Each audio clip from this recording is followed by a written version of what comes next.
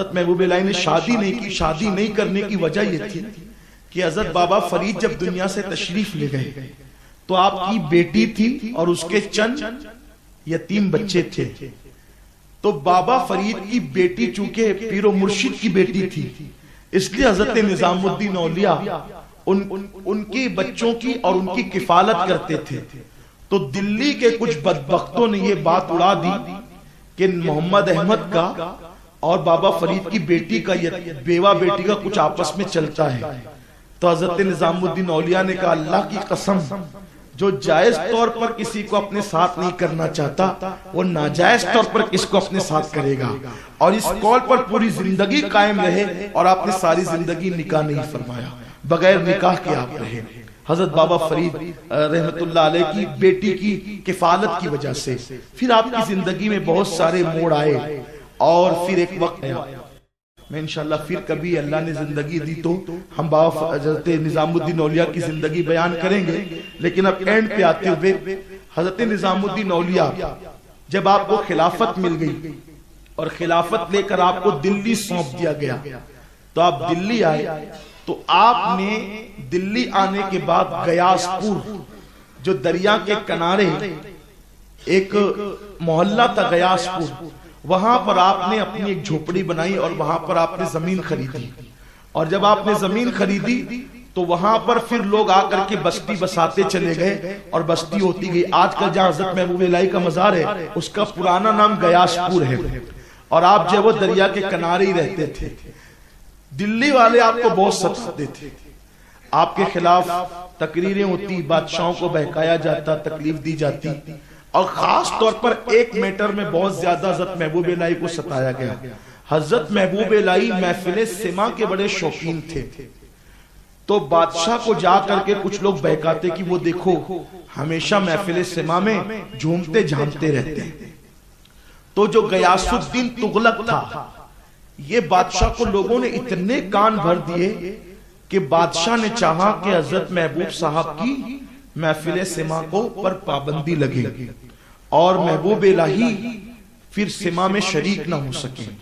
حضرت محبوب الہی کی سما کیسی ہوتی تھی اس کا ذکر کرتے ہوئے حضرت میر عبد الواحد بلگرامی اعلیٰ حضرت کے پیر کے پیر کے پیر کے پیر, امام اہل سنت کے پیروں کے پیر ہوتے ہیں میر عبد الواحد بلگرامی. اور میر عبد الواحد بلگرامی کی کتاب سب سنابل شریف, اسی ایک کتاب کی وجہ سے اعلیٰ حضرت نے ان کو مجدد لکھا ہے, حضرت میر عبد الواحد بلگرامی کو. اور میر عبد الواحد بلگرامی کی وہ کتاب بارگاہ رسالت میں مقبول کتاب ہے. تو حضرت میر عبد الواحد بلگرامی لکھتے ہیں کہ جب حضرت محبوب الہی کے خانقاہ میں سما ہوتی تھی, محفل سما, تو وہاں پر جوتیوں پہ پہرا دینے کے لیے حضرت خضر علیہ السلام تشریف لاتے. بڑے بڑے اکابر اولیاء ہوتے تھے, بڑے بڑے اکابر اولیاء اور علماء تشریف لاتے تھے. لیکن بادشاہ کو بہکا دیا حاسدین نے. یاد رکھیے گا جس کے پاس بھی نعمت ہوگی اس کے حاسدین ہوں گے. حضرت محبوب الہی اتنا دل برداشتہ ہوئے حاسدین سے کہ آپ نے فیصلہ کر لیا کہ میں دلی چھوڑ دوں گا. اب میں دلی چھوڑ کر کے کوئی بھی کونے میں کہیں بھی پہاڑ میں جا کر اپنی زندگی گمنامی کی گزاروں گا اور اب میں دلی میں نہیں رہوں گا. تو ایک مجذوب نوجوان بزرگ آئے اور کہنے لگے محمد احمد, جب چاند بننے کا شوق تھا تو تو نے اتنا سوچنا چاہیے تھا کہ تجھ پہ انگلیاں بھی تو اٹھے گی. بھائی جب عید کا چاند نکلتا ہے تو لاکھوں انگلیاں اٹھتی ہے, وہ چاند وہ چاند وہ چاند, اس پہ انگلی بھی اٹھاتے ہیں اور اس کو دیکھ کر عید بھی کرتے ہیں.